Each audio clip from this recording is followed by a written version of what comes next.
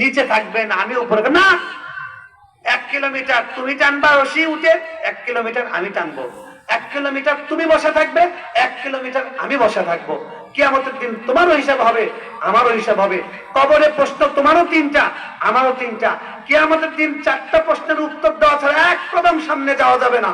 তোমারও একই প্রশ্ন, আমারও একই প্রশ্ন। অতএব তুমিও বসবা। কি করবেন? মালিকের হুকুম, উনি উঠে বসছেন। উনি এখন নিচে। কে নিচে? অর্ধ জাহানের খলিফা। মদিনা, ইউনুস না, ট্রাম্প না, অর্ধ জাহানের খলিফা। অর্ধ জাহানের খলিফা পৃথিবীতে কেউ নাই এখন। কথা ঠিক না বেঠিক? আর এলাকার পাতি নেতা, নেতা না, নেতার বাড়ির দারোয়া, তার গরমে এলাকার ইমাম সাহেব থাকতে পারে না, এলাকার সাধারণ মানুষ থাকতে পারে না।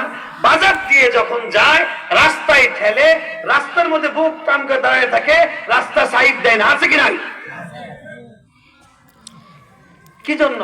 কারণ আগামীকালকে দাঁড়াতে হবে, এটা তারা বিশ্বাস করে না। এটা তাদের ঘিলুর মধ্যে ঢোকেনি, এটা তাদের মাথার মধ্যে ঢোকেনি।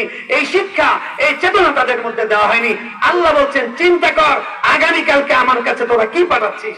আগামীকাল আমার সামনে দাঁড়াতে হবে, এটা চিন্তা কর, এটা চিন্তা কর। এটা চিন্তা করলে তুই মানুষ, এটা চিন্তা করলে তুই ওমরের মতো দামি হয়ে যাবি, এটা চিন্তা করলে তুই শ্রেষ্ঠ মানুষ হয়ে যাবি, এটা চিন্তা করলে তুই মুমিন, মুমিনের জন্য জান্নাত। তারা অপেক্ষায় আছে যে মুসলিম জাহানের খলিফা আসবেন, তার কাছে সারেন্ডার করবে। ঘটনা ভুলে যাবেন না।